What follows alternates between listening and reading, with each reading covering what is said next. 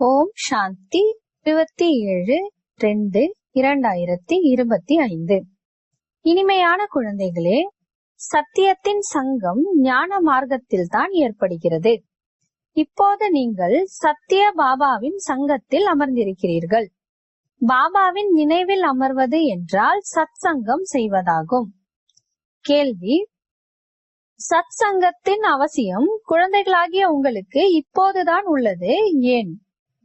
பதில்: ஏனென்றால் தமோ பிரதானமான ஆத்மா ஒரு சத்தியமான தந்தை, சத்தியமான குருவின் சங்கத்தால் தான் சத்தோ பிரதானமாக, அதாவது கருப்பிலிருந்து வெள்ளையாக ஆக முடியும். சத் சங்கத்தினால் அன்றி பலமற்ற ஆத்மா பலவான் ஆக முடியாது. பாபாவின் சங்கத்தினால் ஆத்மாவிற்குள் தூய்மையின் பலம் வந்து விடுகின்றது. 21 பிறவிகளுக்கு அவரது துன்பம் விலகி விடுகின்றது. அதாவது படகு அக்கறை சேர்கின்றது. ஓம் சாந்தி. குழந்தைகள் சத் சங்கத்தில் அமர்ந்திருக்கிறீர்கள். இந்த சத்தியமான சங்கத்தில் கல்ப கல்பமாக சங்கம யுகத்தில் தான் குழந்தைகள் அமர்கின்றனர். உலகமோ இதை அறிந்து கொள்ளவில்லை. அதாவது சத்தியத்தின் சங்கம் என சொல்லப்படுவது எது? சத் சங்கம் என்ற பெயர் அவிநாசியாக பல காலமாக இருந்து வந்துள்ளது. பக்தி மார்க்கத்திலும் சொல்கின்றனர், நாங்கள் இன்ன சத் சங்கத்திற்கு செல்கின்றோம். இப்பொழுது உண்மையில் பக்தி மார்க்கத்தில் யாரும் சத் சங்கத்திற்கு செல்வதில்லை. சத் சங்கம் இருப்பது ஞான மார்க்கத்தில்தான். இப்போது நீங்கள் சத்தியத்தின் சங்கத்தில் அமர்ந்திருக்கிறீர்கள். ஆத்மாக்கள் சத்தியமான பாபாவின் சங்கத்தில் அமர்ந்திருக்கிறார்கள். வேறு எந்த ஒரு இடத்திலும் ஆத்மாக்கள் பரம்பிதா பரமாத்மாவின் சங்கத்தில் அமர்வதில்லை. தந்தையை அவர்கள் அறிந்து கொள்ளவில்லை. நாங்கள் சத் சங்கத்திற்கு செல்கிறோம் என சொல்லலாம் என்ற போதிலும் அவர்கள் தேக அபிமானத்தில் வந்து விடுகிறார்கள். நீங்கள் தேக அபிமானத்தில் வரமாட்டீர்கள். நீங்கள் புரிந்து கொண்டிருக்கிறீர்கள், நான் ஆத்மா சத்தியமான பாபாவின் சங்கத்தில் அமர்ந்துள்ளேன். வேறு எந்த ஒரு மனிதனும் சத்தியமான சங்கத்தில் அமர முடியாது. சத்தியத்தின் சங்கம் இந்த பெயரும் கூட இப்போதுதான். சத்தியத்தின் சங்கம், இதன் யதார்த்த ரீதியிலான அர்த்தம் பாபா அமர்ந்து புரிய வைக்கிறார். ஆத்மாக்கள் நீங்கள் இப்போது சத்தியமான பரமாத்மா தந்தையுடன் கூடவே அமர்ந்திருக்கிறீர்கள். அவர் சத்தியமான தந்தை, சத்தியமான ஆசிரியர், சத்தியமான குருவாக உள்ளார். ஆக நீங்கள் சத்தியமான சங்கத்தில் அமர்ந்திருக்கிறீர்கள் என்றாகிறது. பிறகு இங்கே அல்லது வீட்டில் அமர்ந்திருக்கலாம். ஆனால் தன்னை ஆத்மா என உணர்ந்து தந்தையை நினைவு செய்கிறீர்கள். நாம் ஆத்மா இப்போது சத்தியமான தந்தையை நினைவு செய்து கொண்டிருக்கிறோம். அதாவது சத்தியத்தின் சங்கத்தில் இருக்கின்றோம். பாபா மதுபனில் அமர்ந்துள்ளார். பாபாவை நினைவு செய்வதற்கான யுக்திகளும் அநேக விதமானவை கிடைக்கின்றன. நினைவின் மூலம்தான் விகர்மங்கள் விநாசமாகும். இதையும் குழந்தைகள் அறிவார்கள். நாம் 16 கலை சம்பூர்ணமாக ஆகிறோம். பிறகு கீழே இறங்கி இறங்கி கலைகள் குறைந்து கொண்டே போகின்றன. பக்தியும் முதலில் ஒருவருக்கே செய்யப்படுகிறது. பிறகு இறங்கி இறங்கி பலரை வணங்கும் பக்தியாக ஆகிவிடுவதால் தமோ பிரதானமாக ஆகிவிடுகின்றனர். பிறகு அவர்களுக்கு சத்தியத்தின் சங்கம் நிச்சயமாக வேண்டும். இல்லை என்றால் தூய்மையாக எப்படி ஆவார்கள்? ஆக இப்பொழுது ஆத்மாக்களாகிய உங்களுக்கு சத்தியமான தந்தையின் சங்கம் கிடைத்துள்ளது. ஆத்மா அறிந்துள்ளது, நாம் பாபாவை நினைவு செய்ய வேண்டும். நினைவையும் கூட சங்கம் என சொல்வார்கள். இது சத்தியத்தின் சங்கம், சத்தியமானவரோடு தொடர்பு. இந்த தேகம் இருந்த போதிலும் ஆத்மாக்களாகிய நீங்கள் என்னை நினைவு செய்யுங்கள். இதுதான் சத்தியத்தின் சங்கம்.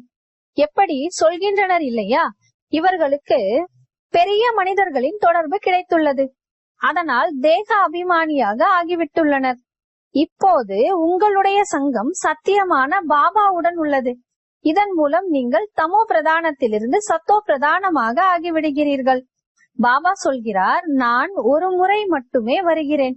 இப்பொழுது ஆத்மாவுக்கு பரமாத்மாவுடன் சங்கம் ஏற்படுவதால் 21 பிறவிகளுக்கு அனைத்தையும் கடந்து சென்று விடுகிறீர்கள். பிறகு உங்களுடைய சங்கம் தேகத்துடன் ஏற்பட்டு விடுகிறது. இவ்வாறு டிராமா உருவாக்கப்பட்டுள்ளது. பாபா சொல்கிறார், என்னுடன் குழந்தைகளாகிய உங்களுக்கு தொடர்பு ஏற்படுவதால் நீங்கள் சத்தோ பிரதானமாக ஆகிவிடுகிறீர்கள். அதை கோல்டன் ஏஜ் என சொல்லப்படுகிறது. சாது சந்நியாசிகள் முதலானவர்களோ ஆத்மா நிர்லேப், அதாவது ஆத்மாவில் பாவம் புண்ணியம் எதுவும் ஒட்டாது, அனைவருமே பரமாத்மா தான் என நினைக்கின்றனர். இதன் அர்த்தம் பரமாத்மா மீது கரை படிந்துள்ளது என்பதாகும். பரமாத்மா மீதோ கரை படிய முடியாது. தந்தை கேட்கிறார், பரமாத்மாவாகிய என் மீது கரை படுகிறதா என்ன? கிடையாது. நானோ எப்பொழுதுமே பரந்தாமத்தில் வசிக்கிறேன். ஏனென்றால் நான் பிறப்பு இறப்பில் வருவதில்லை. இதை குழந்தைகளாகிய நீங்கள் அறிவீர்கள். உங்களிலும் கூட சிலரது நினைவு அதிகமாக உள்ளது, சிலருக்கு குறைவாக உள்ளது. சிலரோ நல்லபடியாக புருஷார்த்தம் செய்து யோகத்தில் உள்ளனர். எவ்வளவு நேரம் ஆத்மா தந்தையின் தொடர்பில் உள்ளதோ அவ்வளவு நன்மை உள்ளது. விகர்மங்கள் விநாசமாகும். பாபா சொல்கிறார், ஹே ஆத்மாக்களே, தந்தையாகிய என்னை நினைவு செய்யுங்கள், எனது தொடர்பில் இருங்கள். நான் இந்த சரீரத்தின் ஆதாரத்தையோ எடுக்க வேண்டியுள்ளது. இல்லை என்றால் பரமாத்மா பேசுவது எப்படி? ஆத்மா கேட்பது எப்படி? இப்போது குழந்தைகள், உங்களுடைய சங்கம் சத்தியமானவருடன் ஏற்பட்டுள்ளது. சத்தியமான பாபாவை நிரந்தரமாக நினைவு செய்ய வேண்டும். ஆத்மா சத்தியமானவருடன் தொடர்பு வைத்து நினைவு செய்ய வேண்டும். ஆத்மா அற்புதமானது, பாபாவும் அற்புதமானவர், உலகமும் அற்புதமானது. இந்த உலகம் எப்படி சுற்றி வருகிறது என்பதும் ஒரு அற்புதமாகும். நீங்கள் முழு டிராமாவிலும் ஆல்ரவுண்ட் பார்ட் நடிக்கிறீர்கள். ஆத்மாவாகிய உங்களுக்குள் 84 பிறவிகளின் பாகம் அடங்கியுள்ளது. இது அதிசயமாகும். சத்யுக ஆத்மாக்கள் மற்றும் இன்றைய ஆத்மாக்கள், அதிலும் ஆத்மாக்கள் நீங்கள் அனைவரை விடவும் அதிகமாக ஆல்ரவுண்டர் ஆவீர்கள். நாடகத்தில் சிலருக்கு ஆரம்பத்திலிருந்தே நடிப்பின் பாகம் உள்ளது, சிலருக்கு இடையில், சிலருக்கு கடைசியில் நடிப்பின் பாகம் உள்ளது. அவை அனைத்தும் எல்லைக்குட்பட்ட டிராமா. அவை கூட இப்பொழுதுதான் வெளிவந்துள்ளன. இப்போது விஞ்ஞானத்திற்கு இவ்வளவு முக்கியத்துவம் உள்ளது. சத்யுகத்தில் அதன் பலம் எவ்வளவு இருக்கும்? புது உலகம் எவ்வளவு விரைவாக உருவாகி இருக்கும்? அங்கே தூய்மையின் பலம் முக்கியமானதாகும். இப்போது பலமற்றவர்களாக உள்ளனர், அங்கே இருப்பவர்கள் பலவான்கள். இந்த லக்ஷ்மி நாராயணர் பலவான்கள் அல்லவா? இப்பொழுது ராவணன் பலத்தை அபகரித்து கொண்டான். பிறகு நீங்கள் அந்த ராவணனின் மீது வெற்றி பெற்று எவ்வளவு பலவான் ஆகிறீர்கள். எவ்வளவு சத்தியமானவருடன் சங்கம் வைக்கிறீர்களோ, அதாவது ஆத்மா எவ்வளவு சத்தியமான தந்தையை நினைவு செய்கிறதோ அவ்வளவு பலவானாக ஆகிறது. படிப்பிலும் கூட பலம் கிடைக்கிறது தான் இல்லையா? உங்களுக்கும் பலம் கிடைக்கிறது. முழு உலகத்தின் மீது நீங்கள் அதிகாரம் செலுத்துகிறீர்கள். ஆத்மாவுக்கு சத்தியமானவருடன் யோகம் சங்கம யுகத்தில் தான் நடைபெறுகிறது. பாபா சொல்கிறார், ஆத்மாவுக்கு எனது சங்கம் கிடைப்பதால் ஆத்மா மிகவும் பலவானாக ஆகிவிடுகிறது. பாபா உலகின் சர்வ சக்திவான் இல்லையா? அவரிடம் இருந்து பலம் கிடைக்கிறது. இதில் அனைத்து வேத சாஸ்திரங்களின் முதல், இடை, கடை அனைத்தும் வந்துவிடுகின்றன. எப்படி பாபா சர்வ சக்திவானாக உள்ளாரோ அதே போல நீங்களும் சர்வ சக்திவானாக ஆகிறீர்கள். உலகின் மீது நீங்கள் ராஜ்யம் செய்கிறீர்கள். உங்களிடம் இருந்து அதை யாராலும் அபகரிக்க முடியாது. உங்களுக்கு என்னிடம் இருந்து எவ்வளவு பலம் கிடைக்கிறது? இவருக்கும், அதாவது பிரம்மாவுக்கும் பலம் கிடைக்கிறது. எவ்வளவு பாபாவை நினைவு செய்கிறீர்களோ அவ்வளவு பலம் கிடைக்கும். பாபா வேறு எந்த கஷ்டமும் கொடுப்பதில்லை. நினைவு செய்தால் போதும். 84 பிறவிகளின் சக்கரம் இப்போது முடிவடைந்தது. இப்போது திரும்பி செல்ல வேண்டும். இதை புரிந்து கொள்வது ஒன்றும் பெரிய விஷயம் கிடையாது. அதிகமாக இந்த விஷயங்களுக்குள் செல்ல வேண்டிய அவசியம் இல்லை. விதையை அறிந்து கொள்வதால் அதிலிருந்து மரம் முழுவதும் எப்படி வெளிவந்துள்ளது என்பதை புரிந்து கொள்ளலாம். சுருக்கமாக புத்தியில் வந்துவிடும். இவை மிகவும் விசித்திரமான விஷயங்களாகும். பக்தி மார்க்கத்தில் மனிதர்கள் எவ்வளவு அடி வாங்கி கஷ்டப்படுகின்றனர், முயற்சி செய்கின்றனர், எதுவும் கிடைப்பதில்லை. பிறகு பாபா வந்து உங்களை உலகத்தின் எஜமானராக ஆக்குகிறார். நாம் யோக பலத்தினால் உலகத்தின் எஜமானராக ஆகிறோம். இந்த புருஷார்த்தத்தையே செய்ய வேண்டும். பாரதத்தின் யோகம் பிரசித்தி பெற்றது. யோகத்தினால் உங்கள் ஆயுள் எவ்வளவு அதிகமாகிறது. சத்தியமானவரின் சங்கத்தினால் எவ்வளவு நன்மை ஏற்படுகிறது. ஆயுளும் நீளமாகிறது. மேலும் உடலும் நோயற்றதாக ஆகிவிடுகிறது. இந்த அனைத்து விஷயங்களும் குழந்தைகளாகிய உங்கள் புத்தியில் பதிய வைக்கப்படுகிறது. பிராமணர்களாகிய உங்களை தவிர வேறு யாருக்கும் சத்தியமானவரோடு சங்கம் கிடையாது. நீங்கள் பிரஜாபிதா பிரம்மாவின் குழந்தைகள், தாத்தாவின் சிவபாபாவின் பேரப்பிள்ளைகள். ஆக இவ்வளவு குஷி இருக்க வேண்டும் இல்லையா? நாம் தாத்தாவின் பேரப்பிள்ளைகள். ஆஸ்தியும் தாத்தாவிடமிருந்து கிடைக்கிறது. இதுவே நினைவு யாத்திரை ஆகும். புத்தியில் இதே சிந்தனை ஓடிக்கொண்டிருக்க வேண்டும். அந்த சத்சங்கங்களிலோ ஒரு பக்கமாக சென்று அமர்கின்றனர். இங்கே அந்த விஷயம் கிடையாது. ஒரே இடத்தில் அமர்வதால் தான் சத்தியமானவரின் சங்கம் என்று ஆகிவிடாது. எழும்போதும் அமரும் பொழுதும் அவரை நினைவு செய்வோமே ஆனால் நாம் சத்தியமானவரின் சங்கத்தில் இருக்கிறோம் என்றாகும். நினைவு செய்யவில்லை என்றால் தேக அபிமானம் உள்ளது. தேகமோ உண்மை அல்லாத பொருள் இல்லையா? தேகத்தை சத்தியம் என சொல்ல மாட்டார்கள். தேகமோ ஜட பொருள், 5 தத்துவங்களால் ஆனது. அதில் ஆத்மா இல்லையெனில் அசைவு இருக்காது. மனிதர்களின் சரீரத்திற்கோ மதிப்பே கிடையாது. சௌபாகியமோ ஆத்மாவிற்கு தான் கிடைக்கும். நான் இன்னார் என்று ஆத்மாதான் சொல்கிறது இல்லையா? பாபா சொல்கிறார், ஆத்மாவோ எப்படி ஆகிவிட்டது? முட்டை, ஆமை, மீன் அனைத்தையும் சாப்பிட்டு விடுகிறது. ஒவ்வொருவரும் பஸ்மாசுரனாக உள்ளனர். தன்னை தானே பஸ்பம் செய்து கொள்கின்றனர். எப்படி? காம சிதையில் அமர்ந்து ஒவ்வொருவரும் தன்னை பஸ்பம் செய்து கொண்டுள்ளனர் என்றால் பஸ்மாசுரன் ஆகின்றனர் இல்லையா? இப்போது நீங்கள் ஞான சிதையில் அமர்ந்து தேவதா ஆகிறீர்கள்.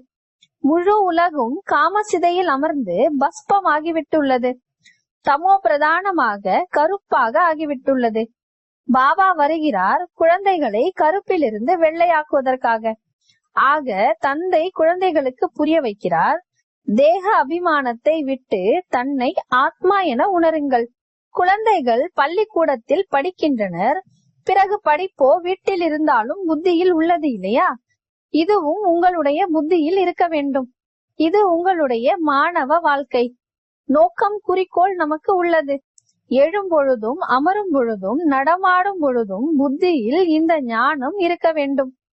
இங்கே குழந்தைகள் வருகின்றனர், புத்துணர்ச்சி பெறுகின்றனர், யுக்திகள் புரிய வைக்கப்படுகின்றன. இப்படி செய்யுங்கள் என்று. உலகத்தில் ஏராளமான சத்சங்கங்கள் உள்ளன. எவ்வளவு மனிதர்கள் வந்து ஒன்று சேர்கின்றனர். உண்மையில் அது சத்சங்கமே இல்லை. சத்தியத்தின் சங்கமோ இப்போது குழந்தைகளாகிய உங்களுக்கு தான் கிடைக்கிறது. பாபா வந்து சத்தியுகத்தை ஸ்தாபனை செய்கிறார். நீங்கள் எஜமானர் ஆகிவிடுகிறீர்கள். தேக அபிமானம் அல்லது பொய்யான அபிமானத்தினால் நீங்கள் கீழே விழுந்து விடுகிறீர்கள். சத்தியத்தின் சங்கத்தினால் உயர்ந்து செல்கிறீர்கள். அரை கல்பமாக நீங்கள் பலனை அனுபவிக்கிறீர்கள். அங்கேயும் கூட உங்களுக்கு சத்தியத்தின் சங்கம் உள்ளது என்பது கிடையாது. எப்போது 2 வகையானது உள்ளதோ அப்போது சத்தியத்தின் சங்கம் பொய்யான சங்கம் என சொல்லப்படுகிறது. சத்தியமான தந்தை எப்போது வருகிறாரோ அப்போது அவரே வந்து அனைத்து விஷயங்களையும் புரிய வைக்கிறார். எதுவரை அந்த சத்தியமான தந்தை வரவில்லையோ அதுவரை யாரும் தெரிந்து கொள்வதும் இல்லை. இப்போது பாபா குழந்தைகளாகிய உங்களுக்கு சொல்கிறார், ஹே ஆத்மாக்களே, என்னுடன் தொடர்பு வையுங்கள். உங்களுக்கு கிடைத்துள்ள தேகத்தின் தொடர்பிலிருந்து விடுபட்டு விடுங்கள். தேகத்தின் சங்கம் சத்தியுகத்திலும் இருக்கும். ஆனால் அங்கே நீங்கள் தூய்மையாக இருப்பீர்கள். இப்போது நீங்கள் சத்தியமானவரின் சங்கத்தின் மூலம் தூய்மையற்றதிலிருந்து தூய்மையாக ஆகிறீர்கள். பிறகு சரீரமும் சத்தோ பிரதானமாக கிடைக்கும். ஆத்மாவும் சத்தோ பிரதானமாக இருக்கும். இப்போதோ உலகமும் கூட தமோ பிரதானமாக உள்ளது. உலகம் புதியதாகவும் பழையதாகவும் ஆகிறது. புதிய உலகத்தில் நிச்சயமாக ஆதி சனாதன தேவி தேவதா தர்மம் இருந்தது. இன்று அந்த தர்மத்தை மறைத்து ஆதி சனாதன இந்து தர்மம் என சொல்கின்றனர். குழம்பி போயுள்ளனர். இப்போது பாரதவாசிகள் நீங்கள் புரிந்து கொண்டிருக்கிறீர்கள். நாம் புராதன தேவி தேவதா தர்மத்தை சேர்ந்தவர்களாக இருந்தோம். சத்யுகத்தின் எஜமானர்களாக இருந்தோம். ஆனால் அந்த போதை எங்கே? கல்பத்தின் ஆயுளை நீண்டதாக எழுதிவிட்டுள்ளனர். அனைத்து விஷயங்களையும் மறந்துவிட்டனர். இதற்கு பெயரே மறதியின் விளையாட்டு. இப்போது சத்தியமான தந்தை மூலம் நீங்கள் முழு ஞானத்தையும் அறிந்து கொள்வதால் உயர்ந்த பதவி பெறுகிறீர்கள். பிறகு அரை கல்பத்திற்கு பின் கீழே இறங்குகிறீர்கள். ஏனென்றால் ராவண ராஜ்யம் ஆரம்பமாகிறது. உலகம் பழையதாகவோ ஆகும் இல்லையா? நீங்கள் புரிந்து கொண்டிருக்கிறீர்கள். நாம் புது உலகத்தின் எஜமானர்களாக இருந்தோம். இப்போது பழைய உலகத்தில் இருக்கிறோம். ஒரு சிலருக்கு இதுவும் நினைவிருப்பதில்லை. பாபா நம்மை சொர்க்கவாசி ஆக்குகிறார். அரை கல்பம் நாம் சொர்க்கவாசியாக இருப்போம். பிறகு அரை கல்பத்திற்கு பின் கீழே இறங்குகிறீர்கள். ஏனெனில் ராவண ராஜ்யம் தொடங்குகிறது. உலகம் பழையதாகவோ ஆகும் இல்லையா? நீங்கள் புரிந்திருக்கிறீர்கள். பாபா நம்மை சொர்க்கவாசியாக ஆக்குகிறார். அரை கல்பத்திற்கு நாம் சொர்க்கவாசிகளாக இருப்போம். பிறகு நரகவாசியாக ஆவோம். நீங்களும் கூட மாஸ்டர் சர்வ சக்திவானாக புருஷார்த்தத்தின் அனுசாரம் வரிசை கிரமப்படி ஆகியிருக்கிறீர்கள். இது ஞான அமிர்தத்தின் சத்தான உணவு. சிவபாபாவுக்கு பழைய உடல் உறுப்புகள் கிடைத்துள்ளன. புது உறுப்புகளோ கிடைப்பதில்லை. பழைய வாத்தியம் அதாவது சரீரம் கிடைக்கிறது. பாபா வருவதே வானப்பிரஸ்த நிலையில்தான். குழந்தைகளுக்கு குஷி ஏற்படுகிறது என்றால் பாபாவும் குஷி அடைகிறார். பாபா சொல்கிறார், நான் குழந்தைகளுக்கு ஞானம் கொடுத்து ராவணனிடம் இருந்து விடுவிப்பதற்காக செல்கிறேன். பாகமோ குஷியுடன் நடிக்கப்படுகிறது இல்லையா? பாபா மிகுந்த குஷியுடன் தனது பார்ட்டை நடிக்கிறார். பாபா இங்கே கல்ப கல்பமாக வரவேண்டி உள்ளது. இந்த பாகம் ஒருபோதும் முடிந்து போவது இல்லை. குழந்தைகளுக்கு மிகுந்த குஷி இருக்க வேண்டும். எவ்வளவு சத்தியத்தின் சங்கத்தில் சேர்கிறீர்களோ அவ்வளவு குஷி இருக்கும். நினைவு குறைவாக செய்கிறீர்கள், அதனால் அவ்வளவு குஷி இருப்பதில்லை. பாபா குழந்தைகளுக்கு ஆஸ்தி தருகிறார். எந்த குழந்தைகள் உண்மையான மனதுடையவர்களோ அவர்கள் மீது பாபாவுக்கு மிகுந்த அன்பு உள்ளது. உண்மையான மனம் உள்ளவர்களிடம் பாபா திருப்தி அடைகிறார். உள்ளும் புறமும் யார் உண்மையானவர்களாக உள்ளனரோ, பாபாவுக்கு உதவியாளராக ஆகிறார்களோ, சேவையில் ஈடுபட்டிருக்கிறார்களோ, அவர்கள்தான் பாபாவுக்கு பிரியமானவர்கள். தனது மனதை கேட்டுக்கொள்ள வேண்டும். நாம் உண்மையிலும் உண்மையான சேவை செய்கிறோமா? உண்மையான பாபாவிடம் நாம் சங்கம் வைக்கிறோமா? சத்தியமான பாபாவுடன் தொடர்பு வைக்கவில்லை என்றால் என்ன கதி கிடைக்கும்? அநேகருக்கு வழி சொல்லிக் கொண்டே இருப்பீர்களானால் உயர்ந்த பதவி பெறுவீர்கள். சத்தியமான பாபாவிடம் நாம் என்ன ஆஸ்தி பெற்றிருக்கிறோம் என்று தனக்குள் பார்க்க வேண்டும். இதையோ நம்பர்வார் அறிந்து கொண்டிருக்கிறீர்கள். ஒவ்வொருவரும் எவ்வளவு ஆஸ்தி பெறுகிறார்கள் என்று. இரவு பகலுக்குண்டான வேறுபாடு இருக்கிறது. நல்லது. இனிமையிலும் இனிமையான தேடி கண்டெடுக்கப்பட்ட செல்லமான குழந்தைகளுக்கு தாயும் தந்தையுமான பாப் தாதாவின் அன்பு நினைவுகள் மற்றும் காலை வணக்கம். ஆன்மீக குழந்தைகளுக்கு ஆன்மீக தந்தையின் நமஸ்காரம். ஆன்மீக தந்தைக்கு ஆன்மீக குழந்தைகளின் அன்பு நினைவுகள் மற்றும் நமஸ்காரம். தாரணைக்கான முக்கிய சாரம். உங்களுக்கு கிடைத்துள்ள தேக சம்பந்தப்பட்ட சங்கத்தில் இருந்து விடுபட்டு இருக்க வேண்டும். சத்தியமானவரின் சங்கத்தின் மூலம் தூய்மையாக ஆக வேண்டும். இந்த மாணவ வாழ்க்கையில் நடமாடும் பொழுதும் சுற்றி வரும் பொழுதும் புத்தியில் ஞானம் சுழன்று கொண்டே இருக்க வேண்டும். நோக்கம் குறிக்கோளை நினைவில் வைத்து புருஷார்த்தம் செய்ய வேண்டும். உண்மையான மனதுடன் பாபாவின் உதவியாளர் ஆக வேண்டும். வரதானம். அவ்விபச்சாரி மற்றும் நிர்விக்ன மனோநிலையின் மூலம் முதல் ஜென்மத்தின் பலனை அடையக்கூடிய சமீபமான மற்றும் சமமானவர் ஆகுங்கள். எந்த குழந்தை இங்கு பிரம்மா பாபாவின் குணம் மற்றும் சமஸ்காரத்திற்கு சமீபமாக இருக்கின்றார்களோ, அனைத்து சம்பந்தங்களில் பாபாவுடன் இருக்கின்றார்களோ மற்றும் சமமான அனுபவத்தை செய்கின்றார்களோ, அவர்களே அங்கு ராயலான குலத்தில் முதல் ஜென்மத்தின் சம்பந்தத்தில் நெருக்கமாக வருகின்றார்கள். யார் ஆரம்பத்திலிருந்து இப்போது வரை ஒருவரையே நினைப்பவராக மற்றும் தடைகளற்றவராக இருக்கிறார்களோ அவர்கள்தான் முதலில் வருவார்கள். நிர்விக்னம் என்றால் தடை வரவே இல்லை என்றல்ல, ஆனாலும் தடைகளை வென்றவராக மற்றும் தடைகள் மீது சதா வெற்றி அடைவதாகும். இந்த இரண்டு விஷயங்களில் யாரேனும் ஆரம்பத்திலிருந்து இறுதி வரை சரியாக இருந்தால் முதல் ஜென்மத்திலும் துணையாக வருவார்கள். ஸ்லோகன்: அமைதியின் சக்தி மூலம் எதிர்மறையை நேர்மறையாக மாற்றம் செய்யுங்கள். ஓம் சாந்தி.